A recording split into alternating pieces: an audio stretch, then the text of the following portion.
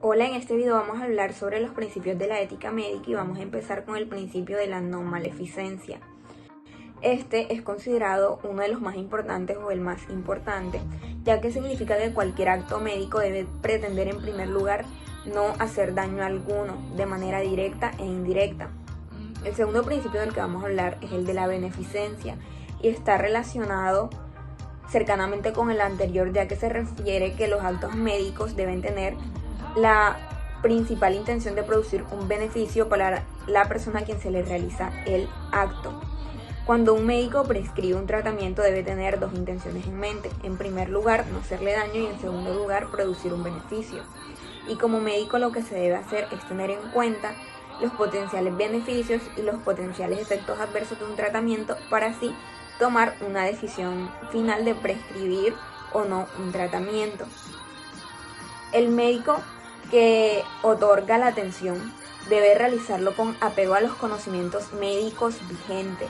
Y para mantener esta vigencia de los conocimientos, el médico debe estar involucrado en un proceso de educación médica continua y actualizar su certificación con la periodicidad establecida.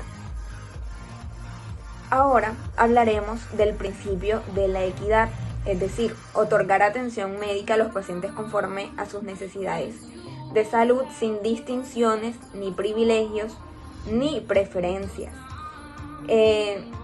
Estas preferencias no deben estar relacionadas ni con raza, ni con género, ni con condición social, económica, principios morales, religiosos, convicciones políticas, preferencias sexuales, que es algo que hemos visto comúnmente, edad, discapacidad físico-mental, condición legal, privación de la libertad o ciertos padecimientos. El principio de confidencialidad. Bueno, este es un derecho que tiene el paciente de mantener su información brindada por el médico en secreto. La relación médico-paciente debe ser en privado y en caso de que el paciente sea de un sexo opuesto al del médico, no cuente con la presencia de algún familiar, es necesario la compañía de una enfermera y en caso de no contar con una, el médico está en su derecho de negarse a realizar el examen físico. Este derecho solo puede ser abolido cuando el paciente así lo decida o por un mandato judicial. Ante el principio de respeto, pues puedo decir que este es un deber y compromiso del médico, brindar la atención a los pacientes, pues con la consideración y cortesía que estos merecen. El médico está comprometido a cuidar el pudor del paciente, pues durante los distintos procedimientos clínicos, diagnósticos y terapéuticos que se le realicen. También es importante que nosotros como médicos pues tengamos en cuenta las preferencias del paciente en sus indicadores diagnósticos y terapéuticas, como también pues respetar los principios morales, religiosos o las ideologías o creencias que el paciente tenga.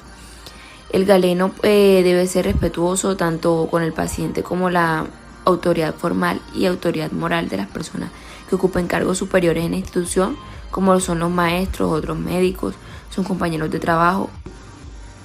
A través del principio de dignidad se busca brindar una atención que se relacione con la condición humana en la que llega el paciente al acudir al servicio, con respecto a su organismo, su conciencia, la voluntad y la libertad que éste manifiesta. Así pues, vamos a tratarlo considerando que éste de por sí se va a encontrar en cierto nivel de desventaja a causa del proceso de enfermedad que atraviesa, por lo que hay que brindarle las mejores condiciones y todo el apoyo posible que éste necesite. Se va a establecer que nosotros como médicos evitaremos cualquier acto humillativo, ya sea para nuestro paciente directamente, pacientes cercanos, personal de la salud o médicos que se encuentren en el proceso de formación o incluso delante de sus familiares. Como médicos debemos procurar brindar una condición digna para que el paciente en su transición entre la vida y la muerte, por ejemplo, se evite el abandono y procurar el afecto de quienes lo rodean. La solidaridad no va a ser más que ese valor caracterizado por brindar a quienes necesitan un poco de nuestra ayuda aun cuando no tienen un acceso completo a dichos servicios. Una de las cosas mediante las cuales podemos brindar esta ayuda es desde promover, por ejemplo, la donación de órganos y así motivar a quienes han perdido familiares, tal vez cuyo organismo se encuentra en buenas condiciones, poder ayudar a quienes están en vida y mejorarles la calidad de la misma. Entonces, el principio de honestidad no es más que actuar conforme a la ley, a las normas y en simpatía con todos esos principios éticos y religiosos que se plantean en dicho principio. Esto es un deber, es un valor humano que todos como profesionales de la salud debemos brindar a cada uno de nuestros pacientes.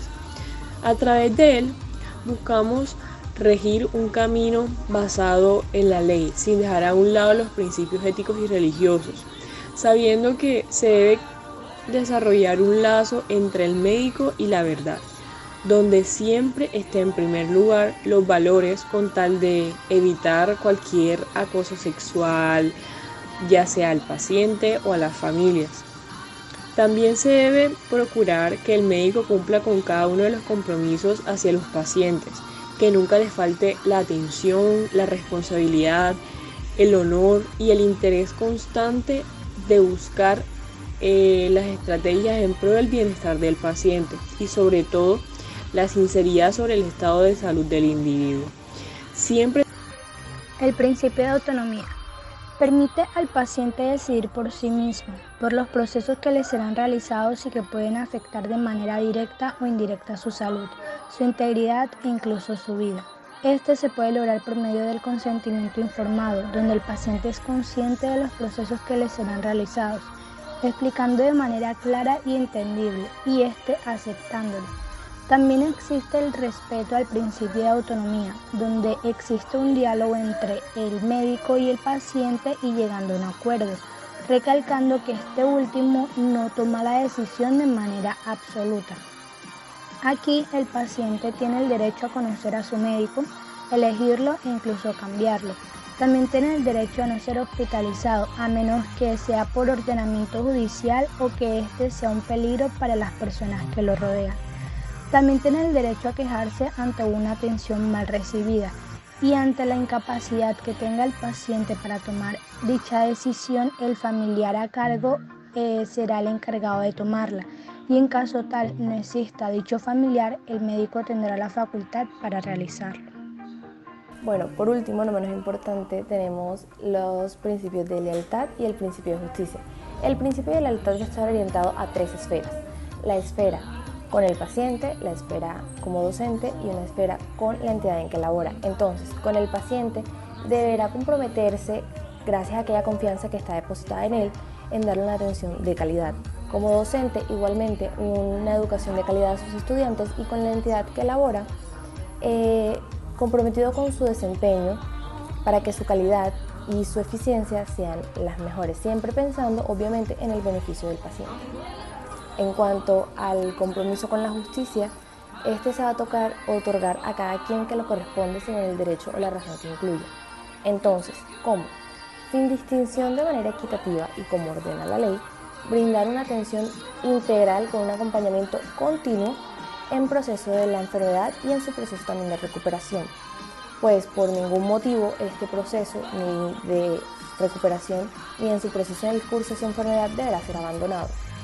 Solo en excepciones, aplicando competencias de manera completa con cada paciente, sin restricciones. Sin embargo, se le lleva a cabo bajo las autorizaciones y bajo las autoridades sanitarias así lo competan, llevando a cabo cada procedimiento permitido y reportando cada una de las acciones que se llevan a cabo según la normativa. Se debe procurar también que evitar lesiones no solo al paciente, sino también al medio ambiente.